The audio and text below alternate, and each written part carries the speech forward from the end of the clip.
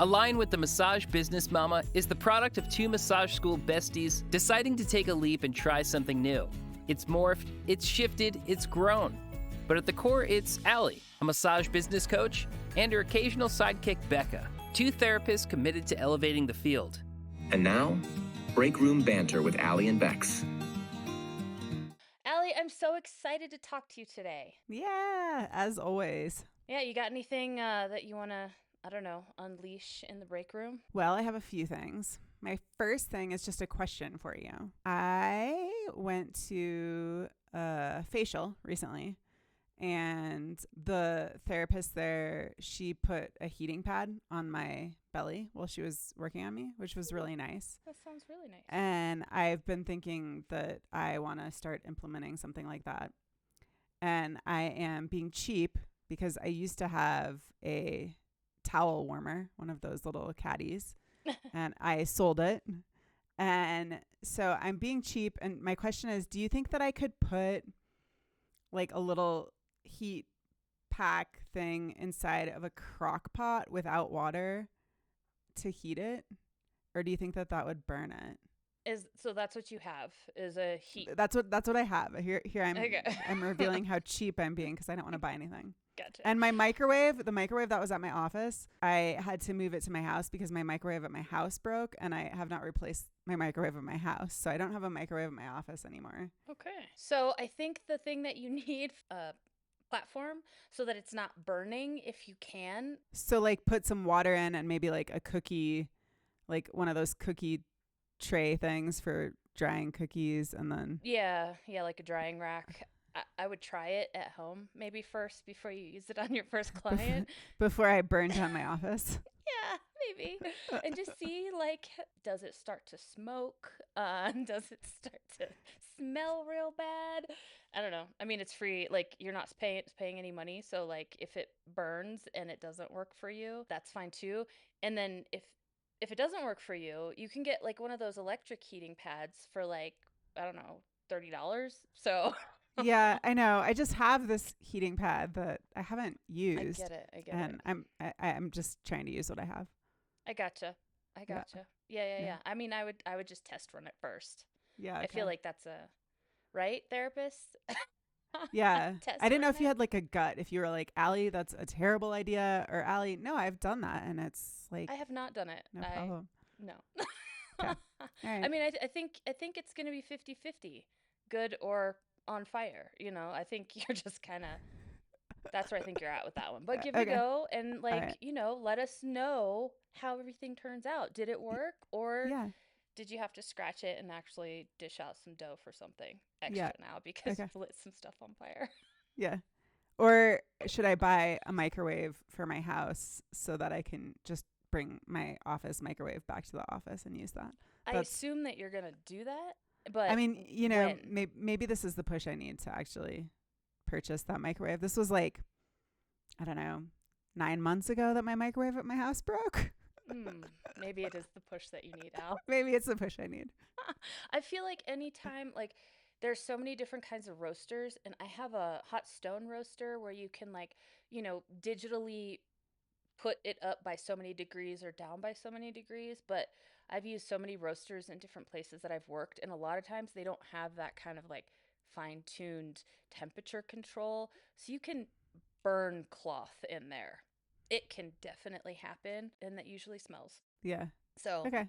yeah, push by the microwave. Okay. Buy the microwave. Yeah.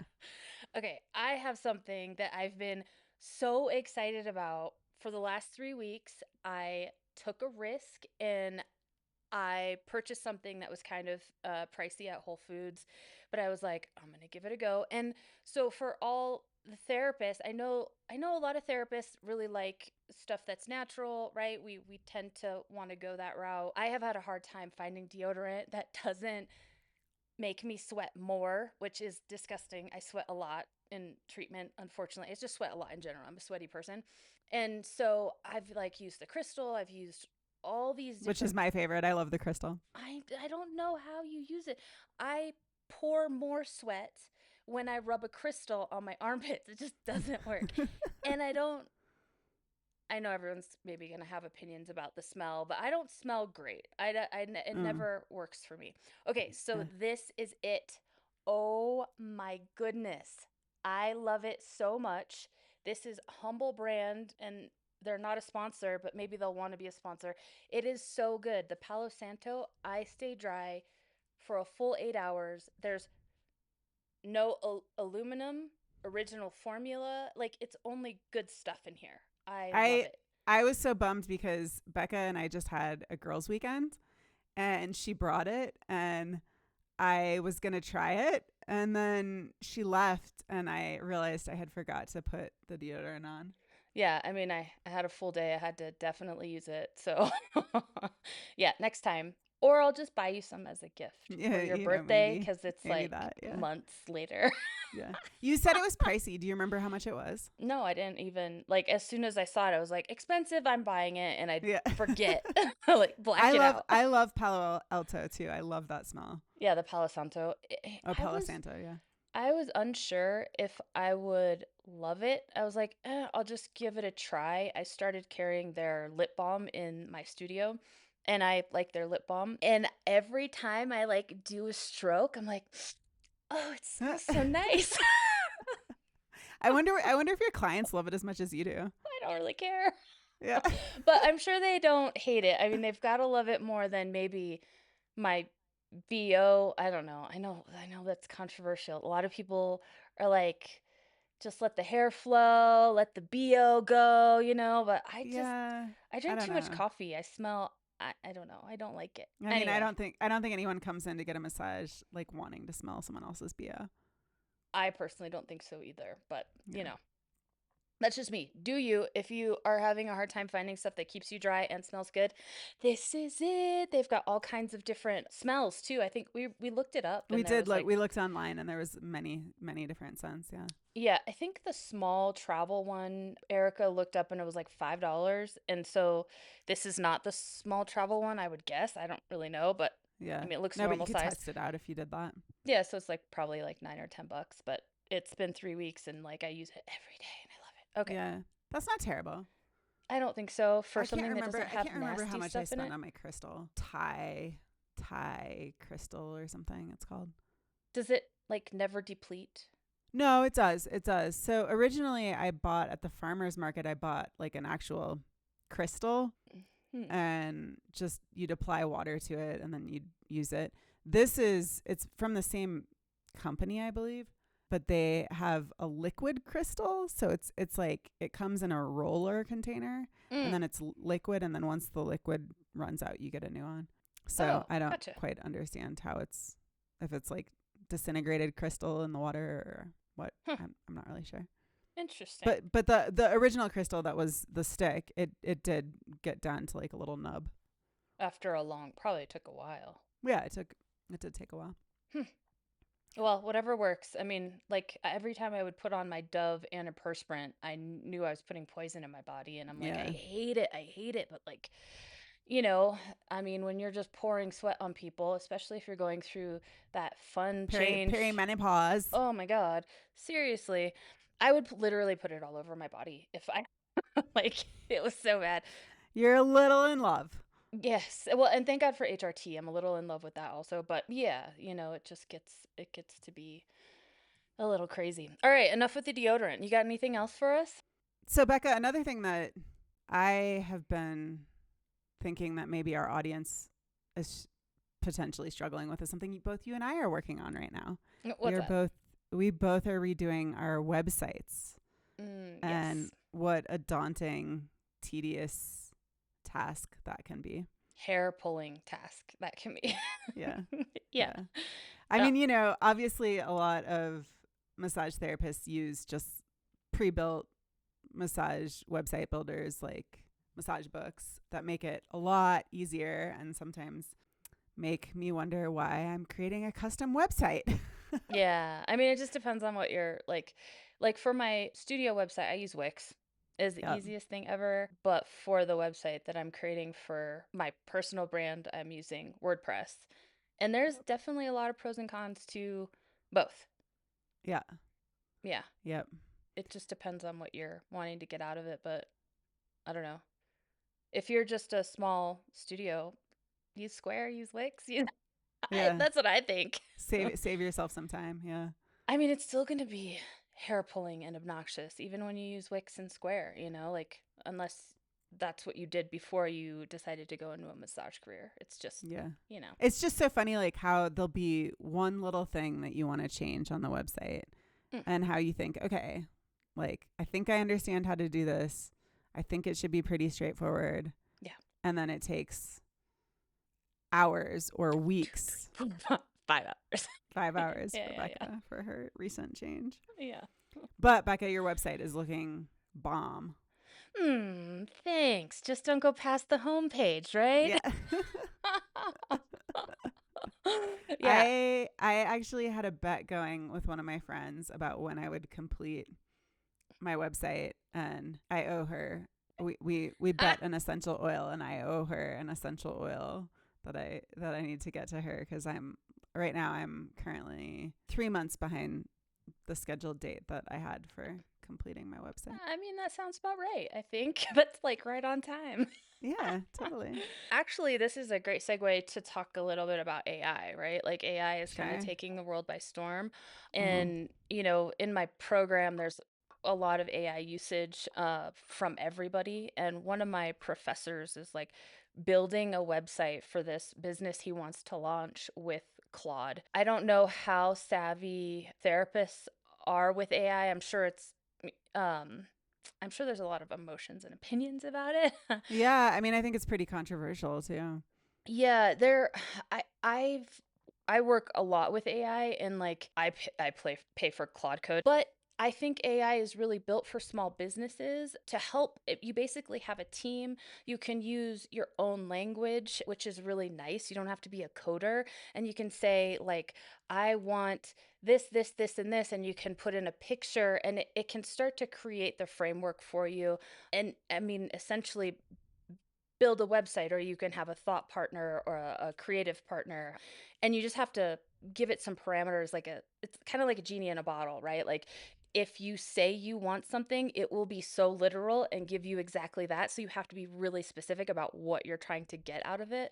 But I don't know. What are your opinions about AI, Al? I mean, I have mixed feelings about it for sure. The water consumption that it uses to cool down the computers is really concerning for me, especially living out here in the West, where this year in particular, we had such a water shortage. And so that's concerning to me. I also had a conversation recently with someone who works more in the tech industry, and he brought up something that really made me feel a little bit better about using AI. And his thought was like getting back to when computers first came out, how they took out, like back in the 70s, they took up whole rooms, and they had a huge footprint and For something that we ton of now have on a energy. desktop, What's that? like What's that, Becca?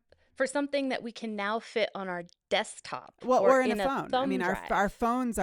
phones are more powerful than the computers that took up all this space and resources. So his thought was that, and I think he had some research to back this up, but his thought was that we're just in the beginning stages of AI, and that eventually AI will be more efficient and won't take so much electricity and water. And that was comforting to me, because I think it is a great tool for saving time and energy, and obviously you still need to use your brain and utilize your brain, and that 100%. is a concern of mine too, that I see, especially being a parent, watching kids come up in this world. Like, I want my son to develop those skills that involve critical thinking that maybe you don't use if you're just relying on AI. And I think we've all seen it with our phones and how addicted we become to our phones, that,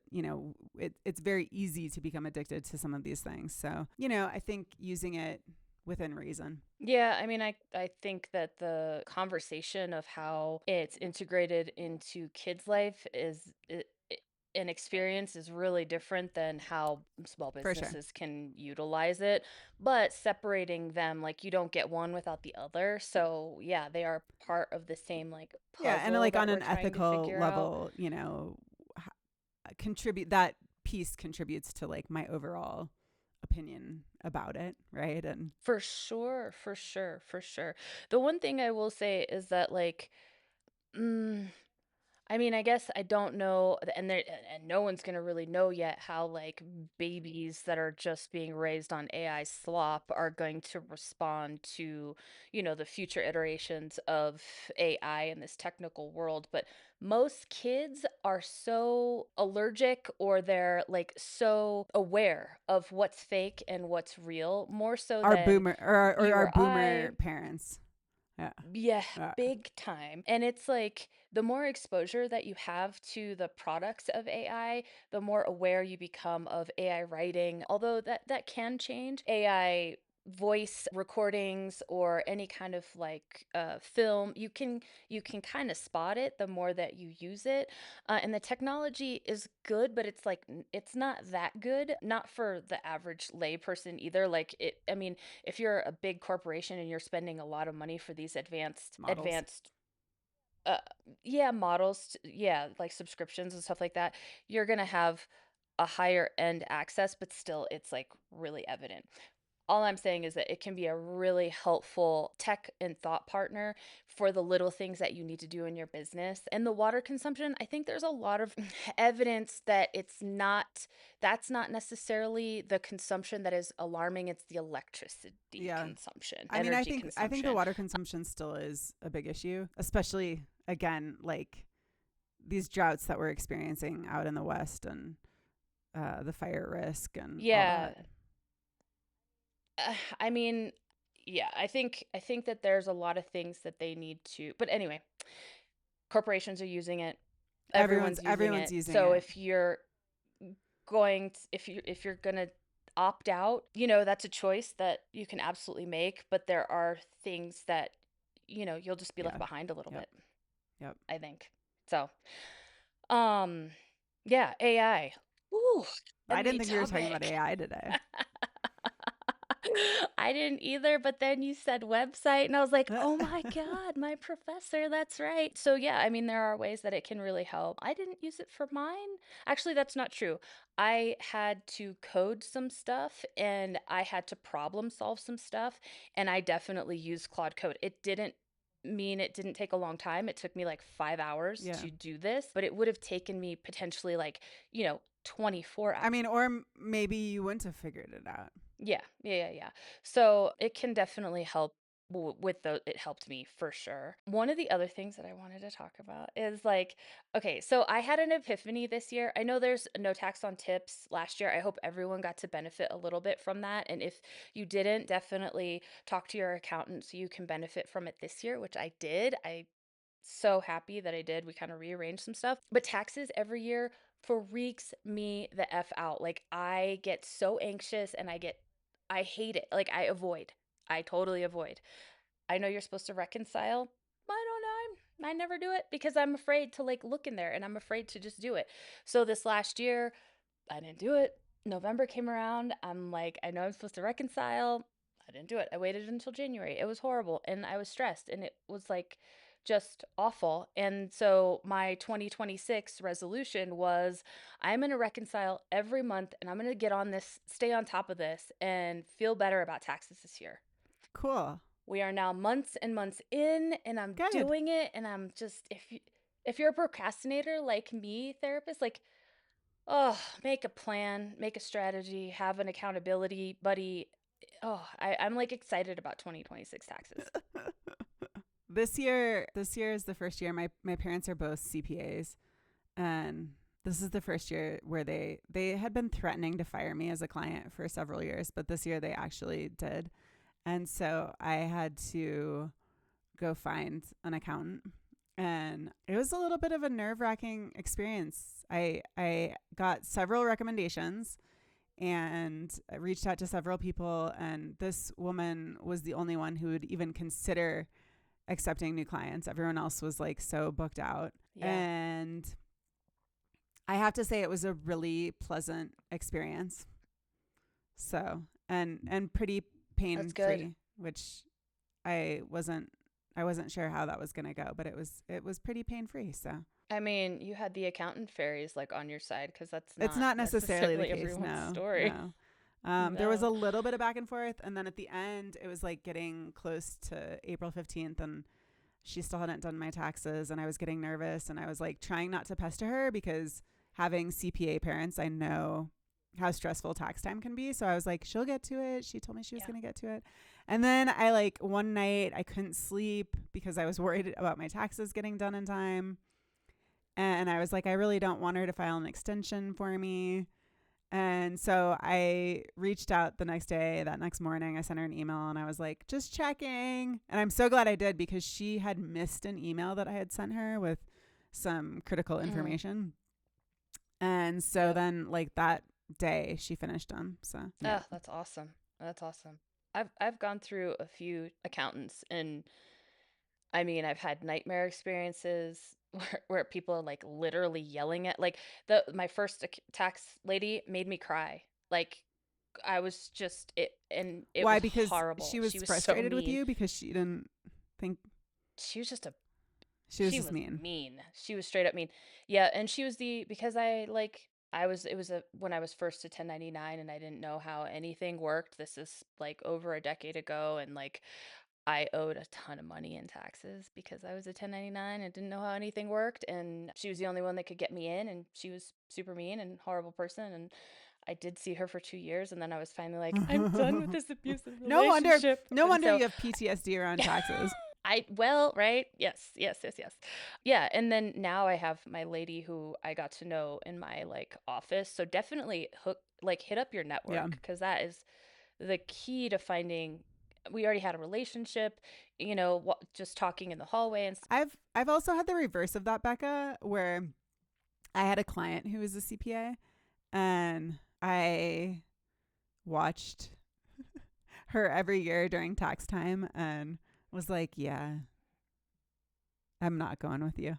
Yeah. I mean, I don't know if I would see my clients for anything like legal service, or I feel like that might be going like crossing a boundary. But my accountant, she just worked in the same floor, and like there's a couple other actually accountants and therapists as well, which is nice because you get to be like, no, not that one, maybe this one. You kind of get an idea of their personality and the match. But now I'm never gonna, like, she's gonna have to die before I let her go out of my life. Yeah. Oh my God, we covered so much. Deodorant, we covered, what was the first thing that you brought up? My crock pot theory. Yes, the crock pot tummy warmer, which sounds lovely. The tummy warming part sounds so good. Taxes, websites, AI. Ooh. Do we have anything else? I think I'm Should we leave it at that, or do you guys want to hear my personal thing that's coming up lately? Wait, you got something heavy for Break Room Banter? Bring it. So, as some of you may know, I am single, and I have been just struggling a little bit with clients who are well-intended, who, some of them have been with me for a really long time. Some of them have been with me since before I got married. They have been with me through my marriage. They've been with me when I got divorced.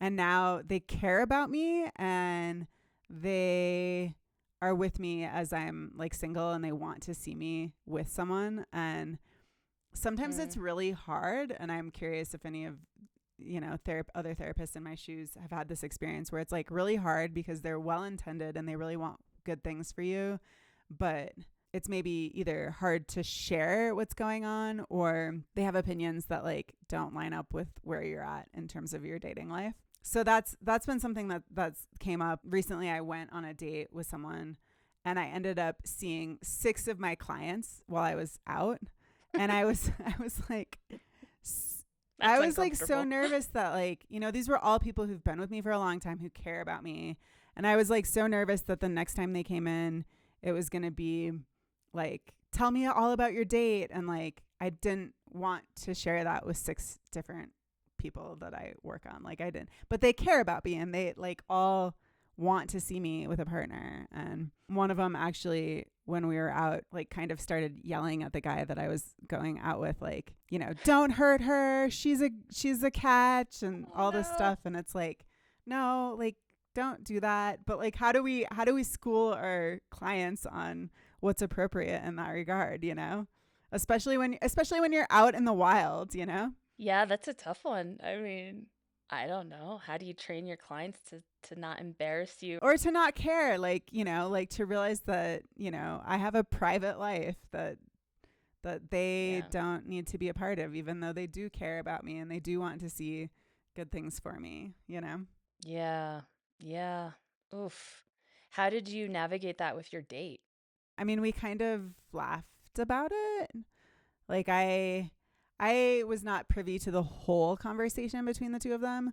I just like witnessed a part of it. We were watching some live music. And so then, so, you know, it was like kind of hard to hear. So then I was like, did she just like totally accost you? And he was like, yeah. I'm like, oh, how cute. Okay.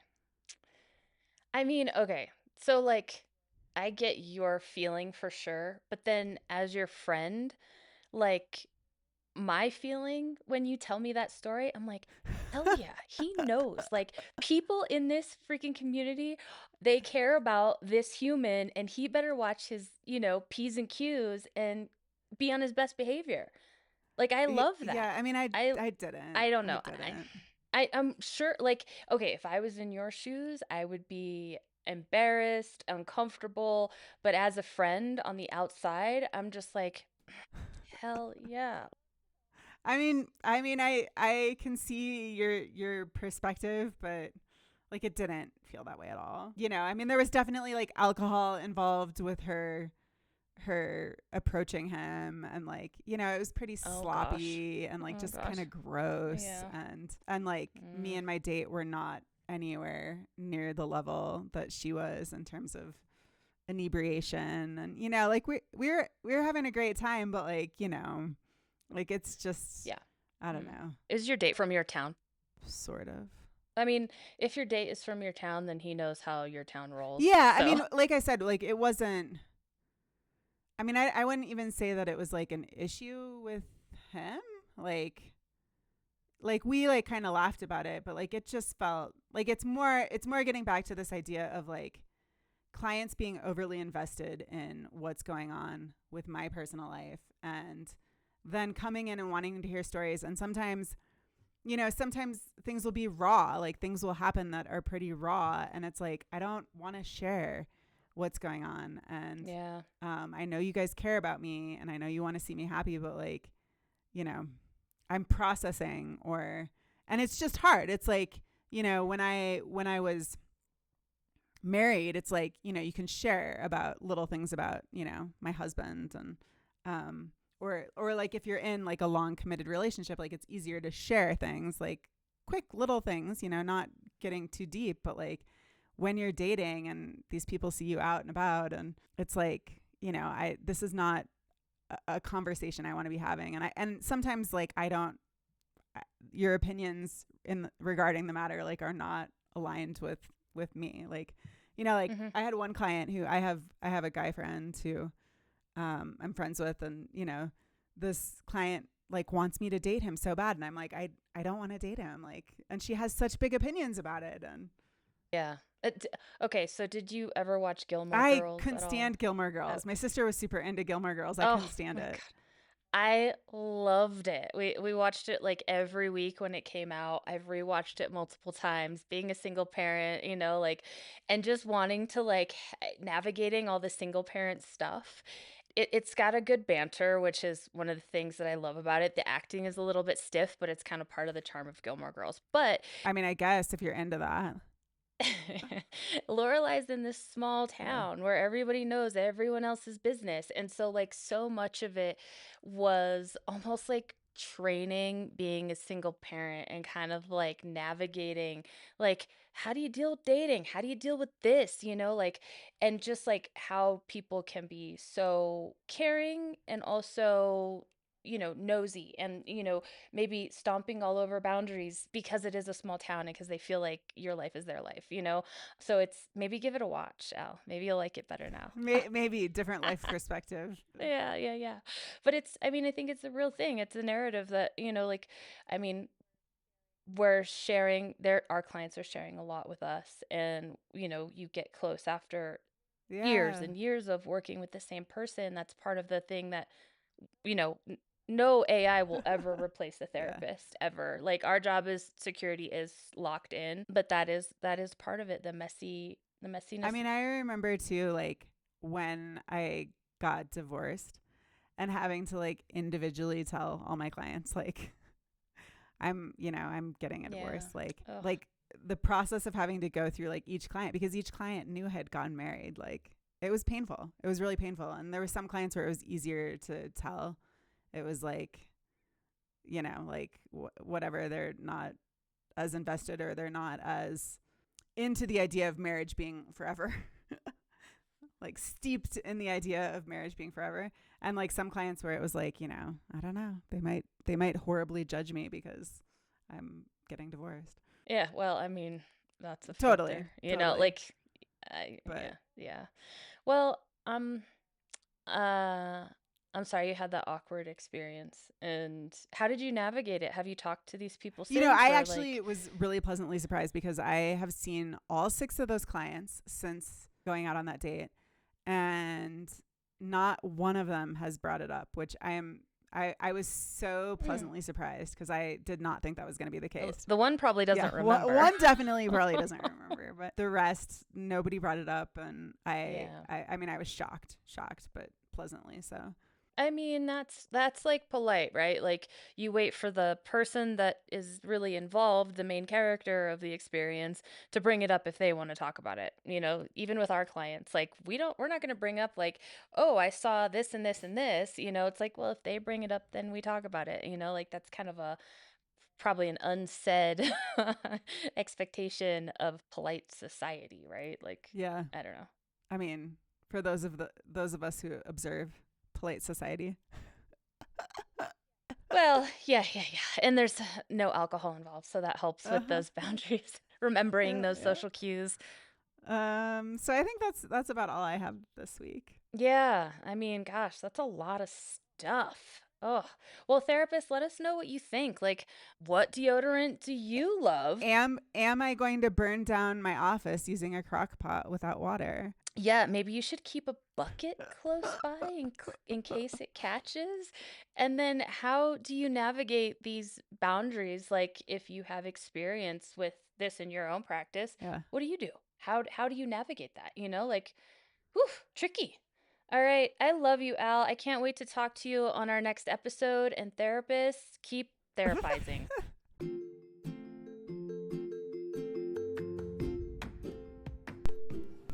Thank you so much for listening.